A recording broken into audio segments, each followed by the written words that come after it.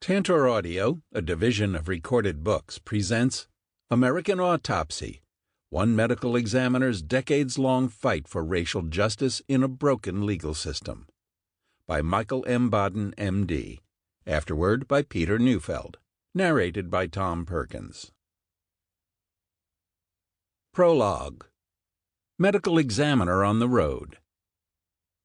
The midday sun was rising over the Catskill Mountains. I peeked out the front window and spotted a deer at the edge of my driveway. Not what I was expecting, but a good omen, I thought. I glanced at my watch. The car was 5 minutes late. I was a little impatient. Would I make it to the airport on time? My black standard poodle, Valjean, waited with me by the front door, wagging his tail. He hadn't seen the deer yet, but he hoped we were headed outside to play. He'd be disappointed when he realized I was leaving without him again. My wife and children were concerned about my trip. We were in the middle of a once-in-a-century pandemic. Each day, thousands of people across America were being infected with the coronavirus, and more than 1,000 were dying from COVID-19. Hospitals were at capacity, and there was no end in sight. New York City was the epicenter of the pandemic, but my wife, Linda, and I had left Manhattan early on for a cabin in the Catskill Mountains, about 90 miles north of the city. We believed we'd be safer there than in New York, and, so far, so good. Then I received the call. It came about noon on May 29, 2020. I was at my desk reviewing new evidence in a case involving a man on death row in a Texas prison. The caller was Benjamin Crump, a prominent civil rights attorney whom I had worked with in the past. "Dr. Baden, I need your help," he said. "Okay, what's happening?" "Have you been following the George Floyd case?" I took a deep breath. Yes, I knew the details. For days it had been the lead story in the national news. On the evening of Monday, May 25, 2020, Minneapolis police responded to a call about a man who allegedly used a counterfeit $20 bill to buy cigarettes at a grocery store. When officers arrived, they found Floyd sitting in a blue Mercedes-Benz SUV. The cops briefly questioned Floyd, then pulled the 46-year-old black man from the vehicle. What happened next was captured on bystanders' cell phones. After cuffing his hands behind his back, the officers wrestled and pinned Floyd to the ground. The videos showed Floyd lying on his stomach, the left side of his face pressed against the pavement. Even though he wasn't resisting, a white police officer dug his knee into Floyd's neck to restrain him. Floyd begged the officer to stop. Unable to get oxygen into his lungs, he could be heard pleading repeatedly, "I can't breathe, I can't breathe." As the minutes ticked by, the officer continued to hold him down. Then Floyd fell silent and motionless. 9 minutes after putting his knee on Floyd's neck, the officer got up, but it was too late. By the time paramedics lifted a limp Floyd onto a stretcher, he was already in cardiac arrest, not breathing and lifeless. The videos of the altercation went viral, sparking national protests against police brutality. A day after Floyd's death, Hennepin County medical examiner Andrew Baker conducted an autopsy. But the prosecutor's office didn't release Baker's preliminary findings until 4 days later, May 29th. In a news release that morning, Hennepin County Attorney Mike Freeman said the autopsy showed the police restraint had nothing to do with Floyd's death. There were no physical findings that support a diagnosis of traumatic asphyxiation. Instead, Freeman highlighted other factors.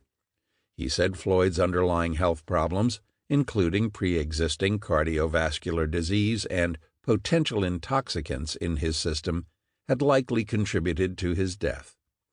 He noted it could be months before they had the results of the toxicology tests which were needed to complete the autopsy report. Floyd's family was furious. That's why Crump called me. I had been New York City's chief medical examiner and then the lead forensic pathologist for the New York State Police. I also had my own private practice focusing on civil rights cases. During my 5 decades as a forensic pathologist, I had investigated many high-profile cases, including several with Crump. My findings have resulted in criminal charges being filed or dismissed, or judgments for victims' families in fatal police encounters. I had been working with Crump since 2006 when he reached out to me about a black teenager who had died in a Florida juvenile boot camp. A medical examiner had blamed the teenager's death on a benign blood disorder, not the excessive force law enforcement personnel had used to restrain him. Now, in 2020, Crump sought my help again. "This is an outrage," Crump said. "The family wants you to do a second autopsy." "When?" "Now, today if possible." Most second autopsies are performed because the decedent's family believes the medical examiner or coroner could have made a mistake or missed something important, or because survivors are biased against the police. And they know it could take months before a medical examiner releases a final autopsy report and issues the death certificate because the ME has to examine the toxicology tests. The autopsy itself is an external and internal visual examination of the body to determine the cause of death. The toxicology report is an examination of body fluids to determine if drugs are present. Sometimes both are needed to make a determination.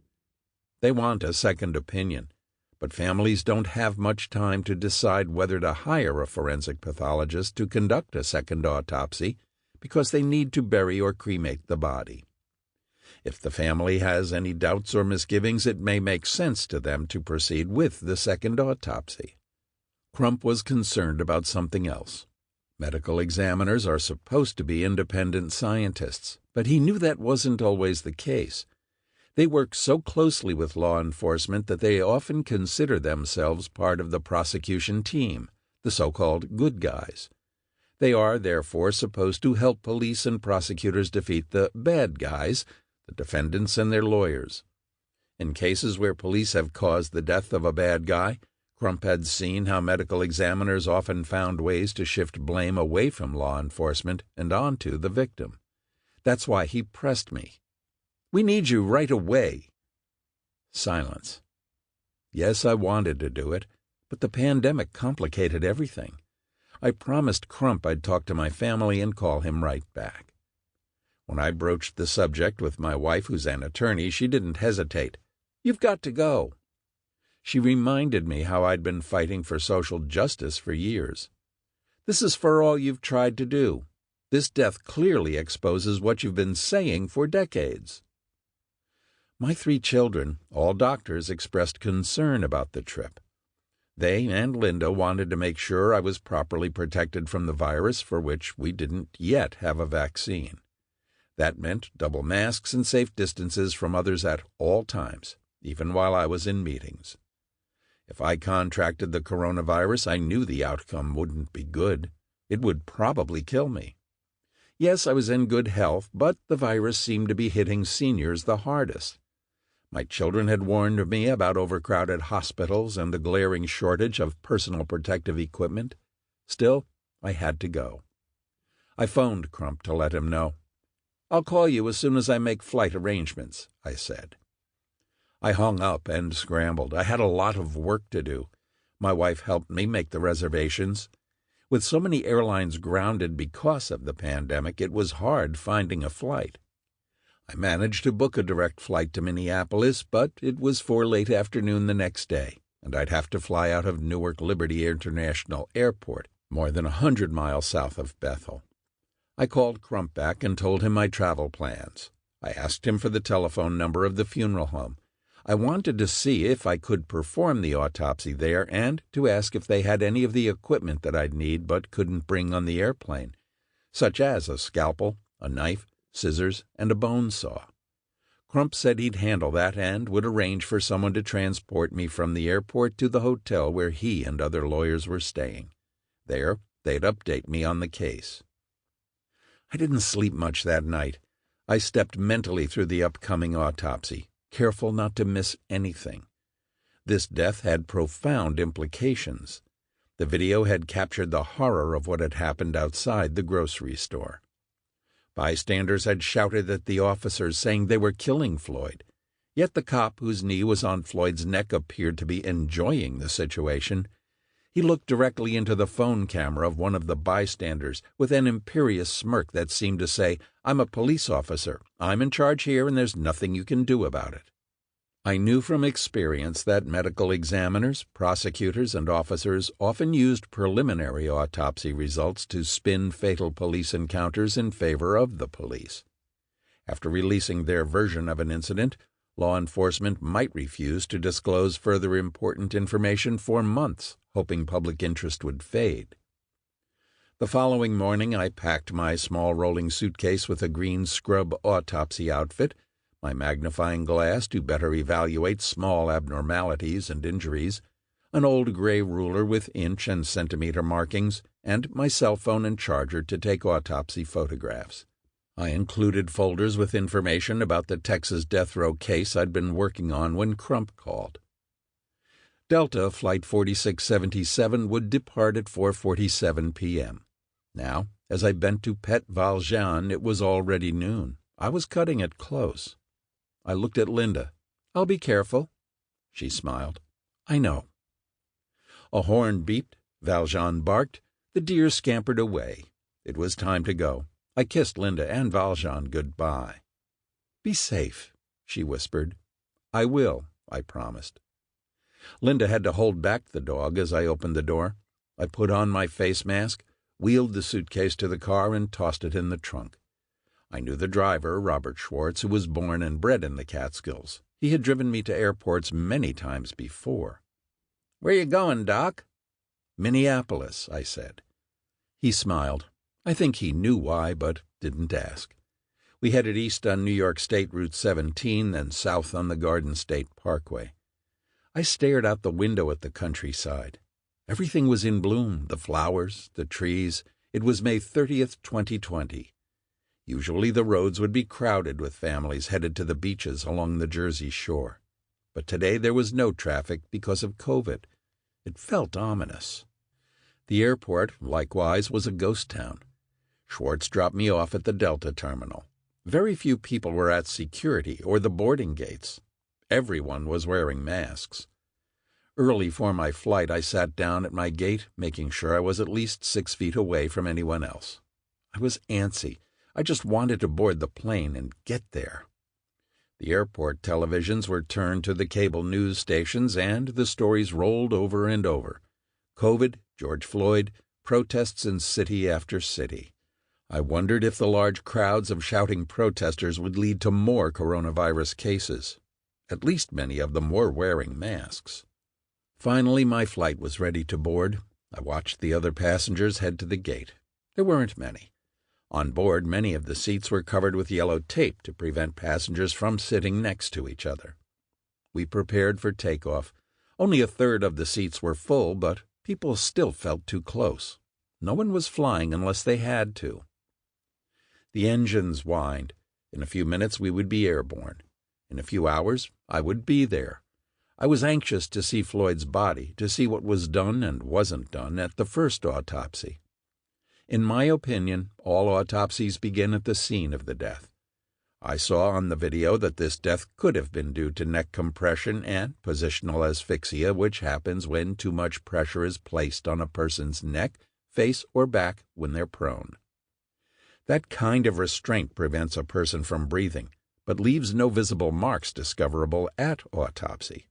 The news release from the prosecutor's office said there were no abnormal autopsy findings, nothing that was consistent with positional asphyxia. No abnormal findings, however, is consistent with positional asphyxia. Pressure on the body by itself leaves no marks.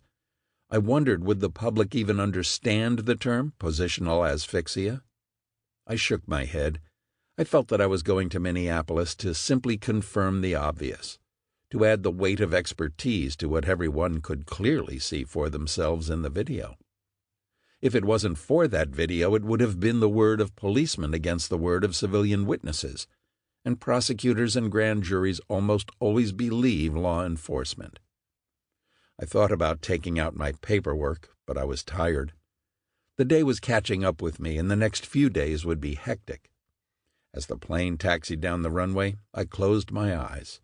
Hopefully my findings would be able to independently determine how Floyd died, and if they confirmed that the officers who held him down were responsible for his death, then maybe this time the police would be held accountable.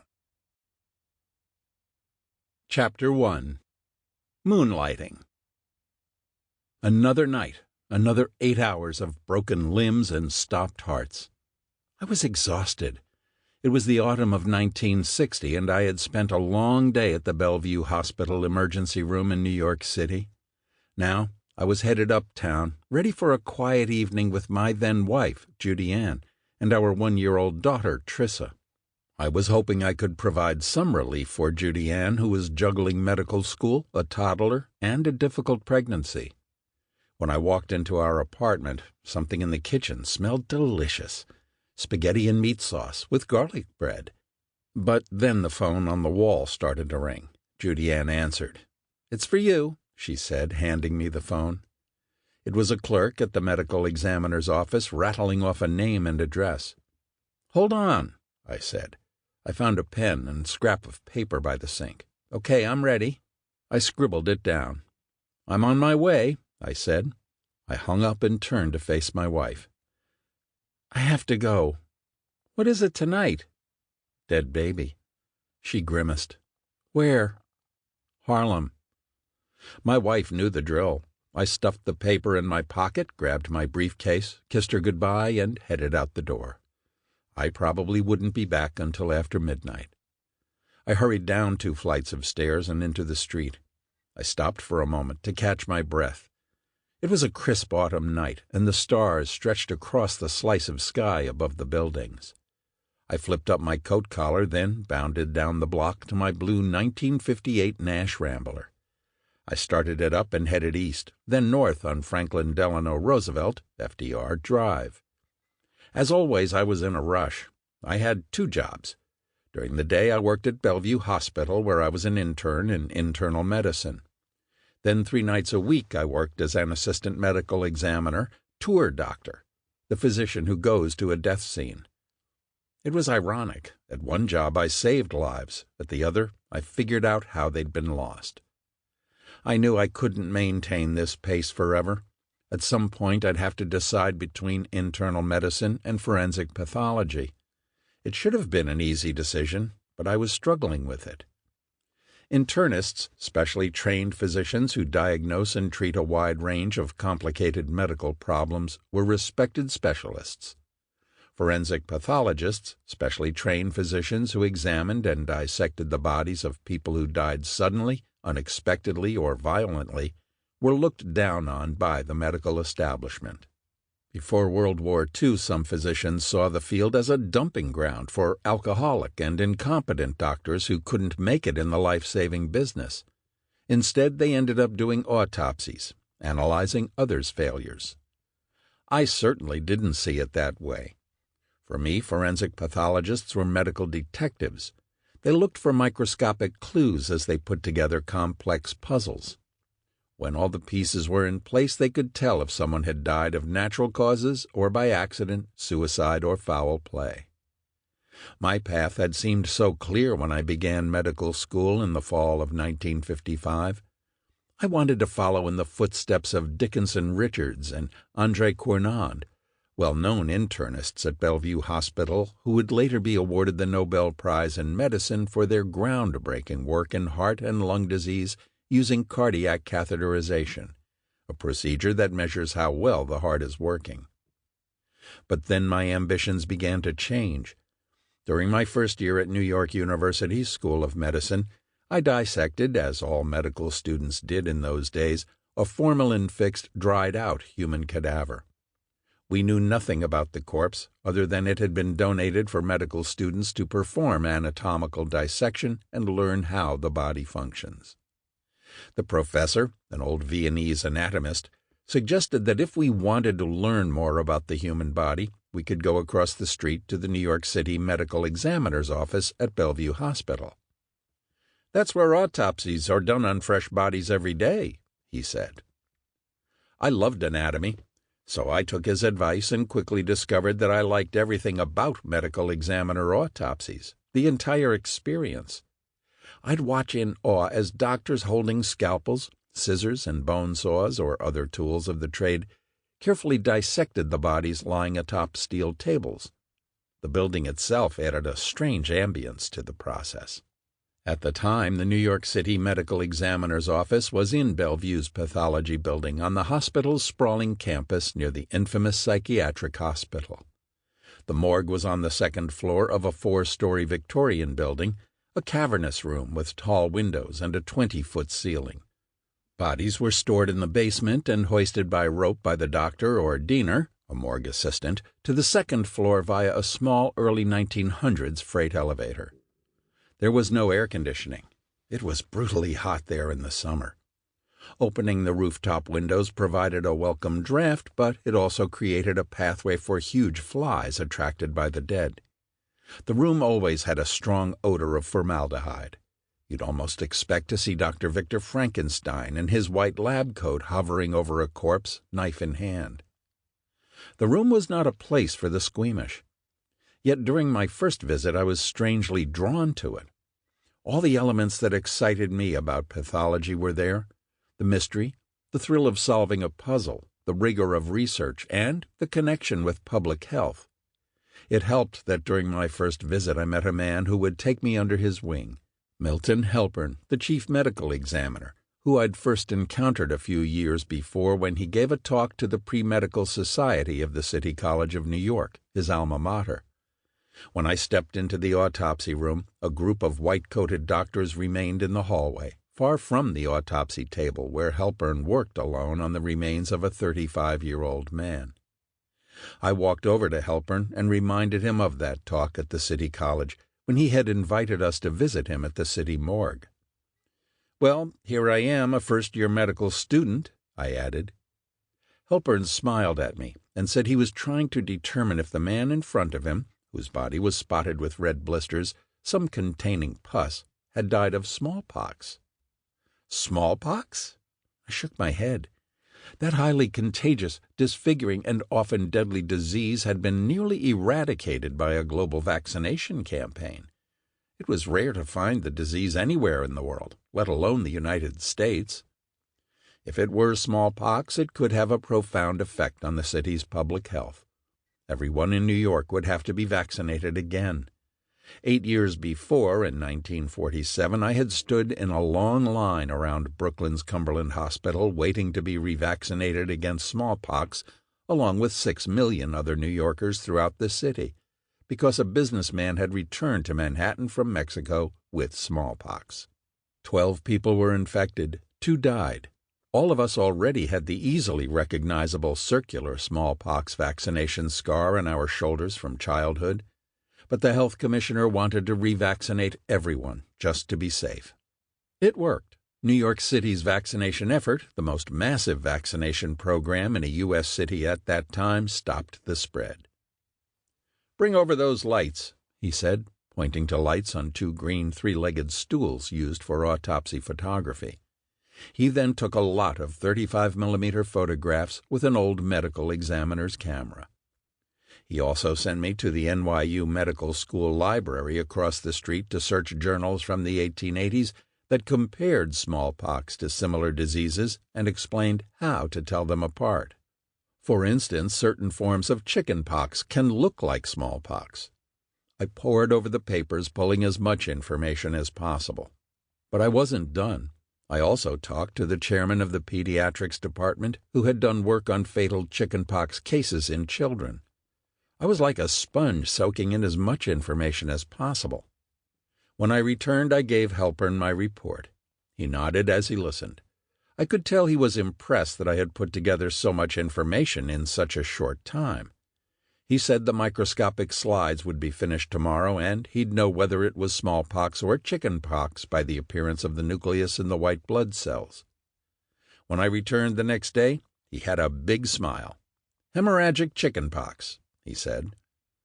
That was my first exposure to a medical examiner case. It involved public health and autopsies. I was hooked. With training in both internal medicine and forensic pathology, I'd be able to correlate the autopsy findings with the clinical disease, which appealed to me very much.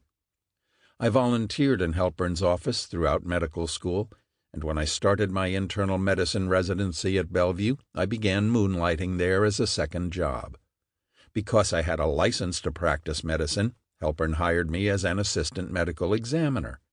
That meant I had more responsibility.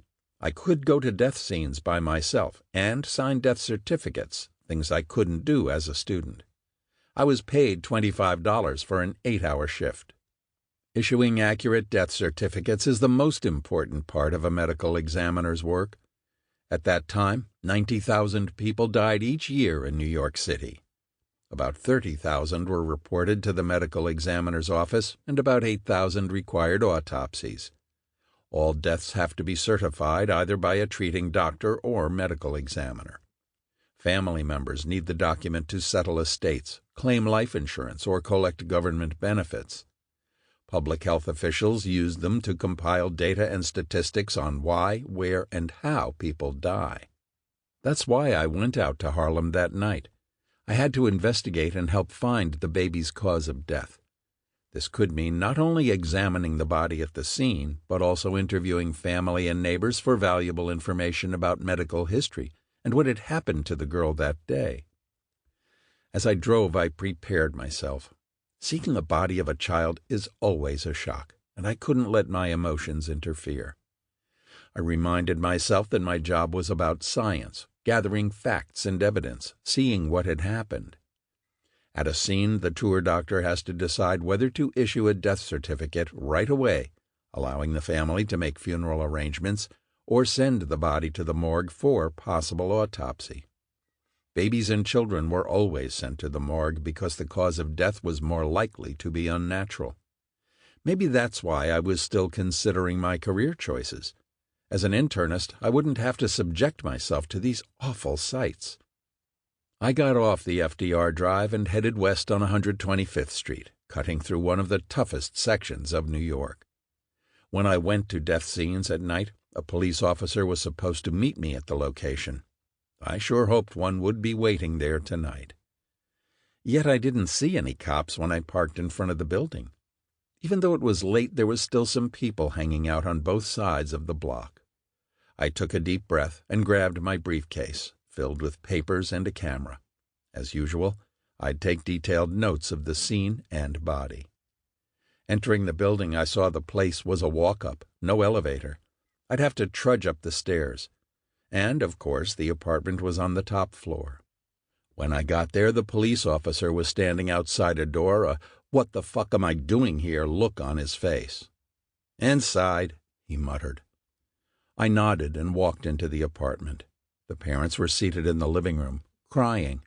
The place was filthy, dishes piled up in the sink, a few empty liquor bottles on the floor. I entered the bathroom, and there she was. Not a baby. A nude 7-year-old black girl face up in the bathtub, water drained out. Her parents said she had drowned, but I noticed that she had bruises on her body. Her skin was cool to the touch, early rigor mortis was present, early lividity on her back. These post-mortem changes indicated that she had been dead for a few hours before someone called police. "Abuse," I wrote in my pad. I took a few pictures. I told the police officer that he should notify the precinct that this was a possible homicide. I returned to the living room and asked the parents a few basic questions. Any prior illnesses? Seizures or disorders? Did they hear anything?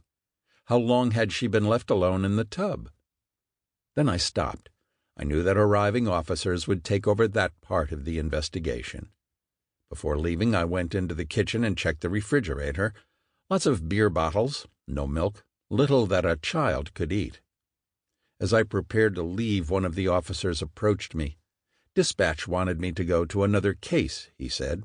They'd gotten a call about an elderly woman on the Upper East Side, on Park Avenue. She had died and her doctor was in Europe. They needed someone to sign a death certificate before the body could be released to the funeral home. I sighed and wrote down the address.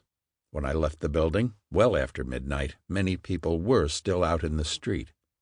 Life went on no matter what became of little girls in bathtubs on the floors above. I tried not to think about it as I drove to my next assignment. I had seen poverty while growing up in a Brooklyn housing project, but nothing like some of the places I went to on these calls. Whatever little money the people I met there had was sometimes spent. Sample complete. Ready to continue?